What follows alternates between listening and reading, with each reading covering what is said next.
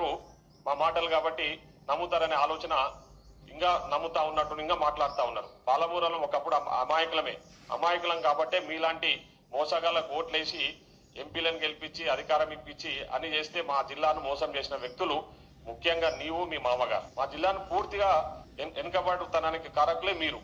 తెలంగాణ రాష్ట్రం ఏర్పడిన తర్వాత కూడా మా జిల్లాలో మీరు చేసిన ప్రాజెక్టులు ఏంటివి? కల్లకుర్తి ఈరోజు మేము కట్టిన ప్రాజెక్టు, జూరాల మేము కట్టిన ప్రాజెక్టు, కోయిల్ సార్ మేము కట్టిన ప్రాజెక్టు, భీమా ఫేజ్ 1 ఫేజ్ 2 నెట్టెంపాడి ఇవన్నీ కాంగ్రెస్ ప్రభుత్వంలో ఆనాడు కాంగ్రెస్ ప్రభుత్వంలో కట్టిన ప్రాజెక్టులు. ఇప్పటికి కూడా పాలమూరు జిల్లాలో ఆయకట్టుకు నీళ్లు వస్తా ఉన్నామంటే ఉమ్మడి జిల్లాలో కూడా అవన్నీ కూడా కాంగ్రెస్ పార్టీ కట్టిన ప్రాజెక్టుల ద్వారా మీరు పోతున్న కాలువలకు అంటే కాలువలు తెంపేసి చెరువులకు నీళ్లు తీసుకొచ్చేసి అదేదో మేము ఉద్ధరించినామని చెప్పి మేము నీళ్లు తీసుకొచ్చినామని చెప్పే ప్రయత్నం చేస్తా ఉన్నారు. నువ్వు ఇరిగేషన్ శాఖ మంత్రిగా ఆనాడు 2017లో నా నియోజకవర్గం కోయిల్ సాగర్కి వచ్చి ఏం చెప్పినావు? 50,000 ఎకరాలకు అదనంగా కోయిల్ సాగర్ ఆయకట్టుకు నీళ్లు ఇస్తామని చెప్పినావు. 50 ఎకరాలకు కూడా ఇయ్యలే. ఈరోజు ప్రాజెక్టుల గురించి కరువైన ప్రాజెక్టు కిందనే ఈరోజు చెప్తా ఉన్నావు కదా, కాలువలు దొవితే అయిపోతుంది అంటున్నావు. అరే ఎవడైనా ప్రాజెక్టు కట్టేటప్పుడు మెయిన్ కెనాల్స్ కూడా ల్యాండ్ అక్విజిషన్ చేస్తారు సైమల్టేనియస్ గా. ఆ రోజు చేసింటే తక్కువ రేట్లలో ల్యాండ్స్ వస్తున్నాయి.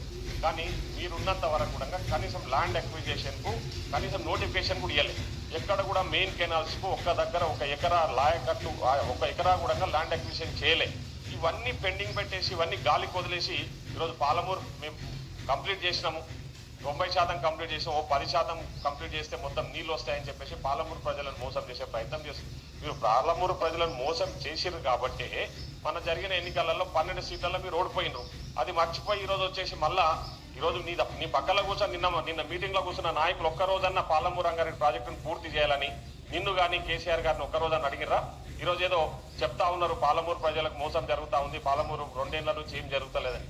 మాకు చిత్తశుద్ధి ఉంది. మా ముఖ్యమంత్రి గారు ముఖ్యంగా పాలమూరు బిడ్డగా ఈరోజు పాలమూరు రంగారెడ్డి ప్రాజెక్టును పూర్తి చేయాలని ఇప్పటికే చాలా రివ్యూస్ పెట్టుకున్నాడు. దానికి సంబంధించి రెగ్యులర్ గా మీటింగ్ చేస్తా ఉన్నాం. అది ఎట్లా పూర్తి చేయాలి, ఏ విధంగా నీళ్లు తీసుకురావాలనే ప్రయత్నంలో మేము చాలా ముందుకు పోతా ఉన్నాం.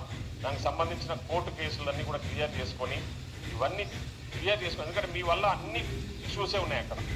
ఆ ఇష్యూస్ అన్ని సాల్వ్ చేసి ముందుకు పోవాలని మా ముఖ్యమంత్రి గారు ప్రయత్నం చేస్తా ఉన్నారు. మా పాలమూరు జిల్లా ప్రజలు కూడా ఈరోజు మా ప్రజాపాలన పట్ల చాలా సంతోషంగా ఉన్నారు.